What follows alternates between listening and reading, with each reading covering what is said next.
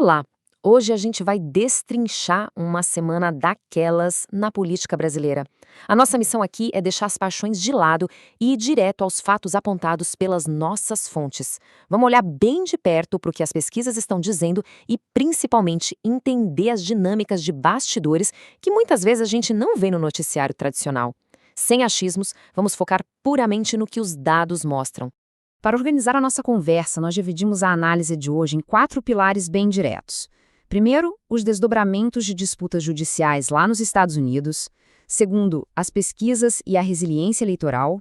Terceiro, o fenômeno do chamado partido digital. E, fechando o quadro, as tensões internas. Vamos lá?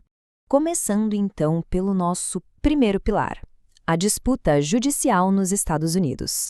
Imagina um processo judicial rolando nos Estados Unidos que tem tudo a ver com o Brasil. Pois é, as plataformas Rumble e Trump Media abriram um processo focando numa figura judicial brasileira que o material original chama pelo apelido de Dom Pedro I. O fato que chama a atenção aqui é que a justiça norte-americana acabou de autorizar uma citação judicial por e-mail. E por que tomar essa decisão tão incomum? Bom, as empresas alegam que já estavam esperando há 457 dias. Segundo o documento da fonte, o processo simplesmente não andava porque a Procuradoria-Geral da República no Brasil recomendou bloquear essa citação, deixando tudo sob sigilo. Aí, a corte, lá da Flórida, decidiu que insistir no caminho formal tradicional ia causar um atraso absurdo. E toda essa situação acaba ilustrando um contraste enorme nas relações jurídicas internacionais. A fonte destaca que vários tribunais pelo mundo vêm negando de forma bem consistente pedidos de extradição feitos pelo Brasil para algumas figuras conservadoras. A Itália, por exemplo, negou o caso de Carla Zambelli. Os Estados Unidos fizeram o mesmo com Alan dos Santos e a Espanha rejeitou o pedido sobre Oswaldo Eustáquio. A lógica lá fora, segundo as análises, é que esses casos frequentemente são interpretados pela ótica da liberdade de expressão, o que acaba batendo de frente com o entendimento atual das autoridades brasileiras. Passando agora para o nosso segundo pilar, pesquisas e resiliência eleitoral. Saindo dos tribunais no exterior, a grande pergunta é: como é que o eleitor no Brasil reage a tudo isso? A pesquisa do Instituto GERP traz um dado super curioso sobre um cenário estimulado do primeiro turno. Eles colocaram o senador Flávio, com 47% das intenções, e o atual presidente Lula, com 44%. É uma liderança apertada ali na margem de 3 pontos, mas que mostra uma coisa muito clara. A base eleitoral dele continua super sólida, mesmo com toda a turbulência recente que a gente tem visto nos noticiários.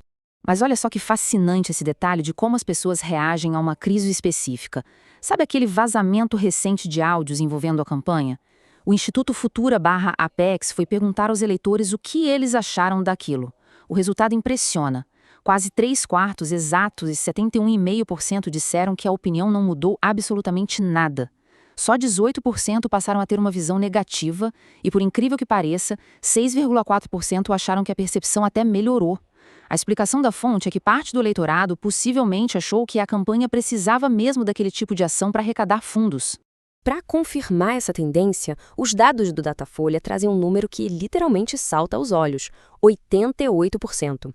Essa é a fatia gigantesca dos eleitores que formam a base de Flávio e que continuam reiterando o apoio à candidatura dele, não importa o volume de notícias negativas. Os números não mentem, indicando que existe uma calcificação ideológica fortíssima ali. É como se essa base estivesse totalmente blindada. E qual é o efeito prático dessa blindagem para os outros concorrentes? Bom, a expectativa de que esses escândalos iam dar um impulso para candidaturas alternativas de centro-direita simplesmente não se confirmou. Os candidatos da chamada terceira via, como Zema e Caiado, não saíram do lugar. Juntos, eles somam parcos 6% das intenções de voto. Ou seja, o eleitorado, ao que tudo indica, não está procurando alternativas dentro da própria direita. E para entender a guerra de narrativas em torno desses números, a gente precisa olhar para um caso bem específico de suposta manipulação que aconteceu na plataforma de apostas Polymarket. Prestem atenção nesta sequência de eventos porque parece roteiro de filme. No dia 20 de maio, às 12h25, as chances de vitória de Flávio estavam em 27,5%. 5 minutos cravados depois, 5 microcarteiras fazem transações pequenininhas. 1 segundo depois disso, uma carteira anônima entra e liquida mais de 2.000 cotas de uma vez. É um valor financeiro baixo, cerca de R$12 mil, mas o resultado? O sistema leva um susto e derruba as chances para 22%, o que gerou instantaneamente um monte de manchetes dizendo que a candidatura derreteu. A fonte traz esse exemplo justamente para demonstrar como mercados com baixa liquidez podem ser facilmente manipulados para fabricar essas narrativas de internet. O que nos leva diretamente ao nosso terceiro pilar, o fenômeno do partido digital. Afinal, o que é que mantém essa base tão coesa a ponto de segurar os números nas pesquisas? O pesquisador Marcos Nobre traz um conceito que ele batiza de partido digital bolsonarista. A gente não está falando de um partido tradicional, com registro no tribunal e sede física. É uma rede digital não oficial, mas que tem uma disciplina formidável.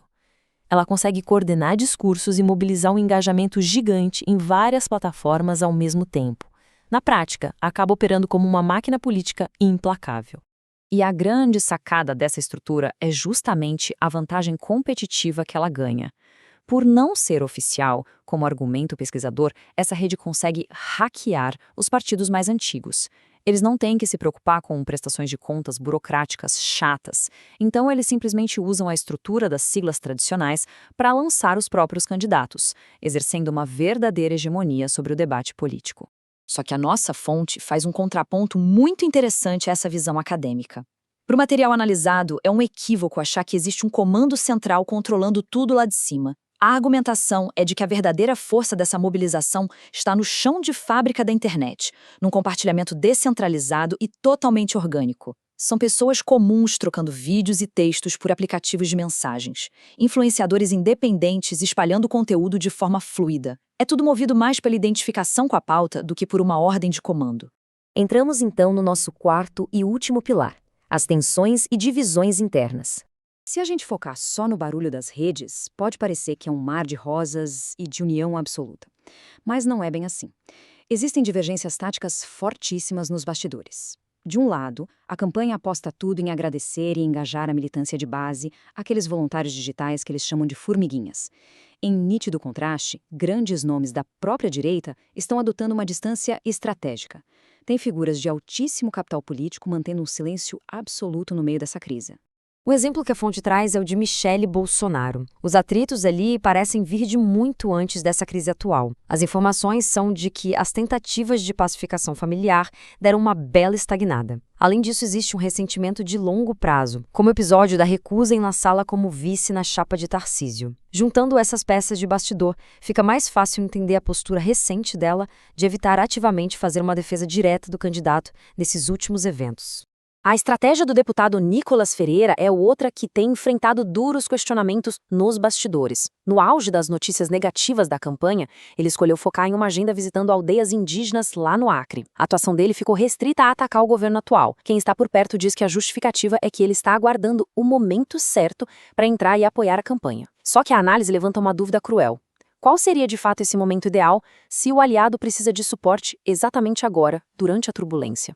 Mas para entender como isso tudo se sustenta, a gente precisa olhar para a diretriz principal que está alicerçada em uma carta escrita no ano passado por Jair Bolsonaro. Ele diz o seguinte: entrega o que há de mais importante na vida de um pai, o próprio filho, para a missão de resgatar o nosso Brasil.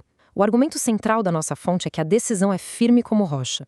As fichas já foram apostadas e não vai haver recuo. Não importam os ruídos ou se os aliados estão divididos na tática, o caminho já foi escolhido. E sabe o que é curioso? O jeito que os adversários estão lendo esse cenário todo. Estrategistas das campanhas de esquerda estão lidando com a situação com uma cautela imensa. Internamente, eles tratam as oscilações nas pesquisas como uma mera marolinha. A percepção realista deles é que o eleitor conservador simplesmente não vai migrar para o presidente Lula por causa disso. A tendência que eles esperam é que, conforme a eleição chegue para valer, os eleitores que hoje parecem abalados vão naturalmente retornar para sua base ideológica original. E tudo isso deixa a gente com uma pergunta de fundo que é essencial. Será que a impressionante força orgânica desse tal partido digital é potente o suficiente para cobrir os silêncios táticos e a fragmentação entre as próprias estrelas do partido rumo à eleição? É uma encruzilhada fascinante sobre como a política de hoje opera, equilibrando a velocidade alucinante das redes sociais de um lado e os cálculos frios de bastidor do outro. Muito obrigado por acompanhar essa análise e até a próxima.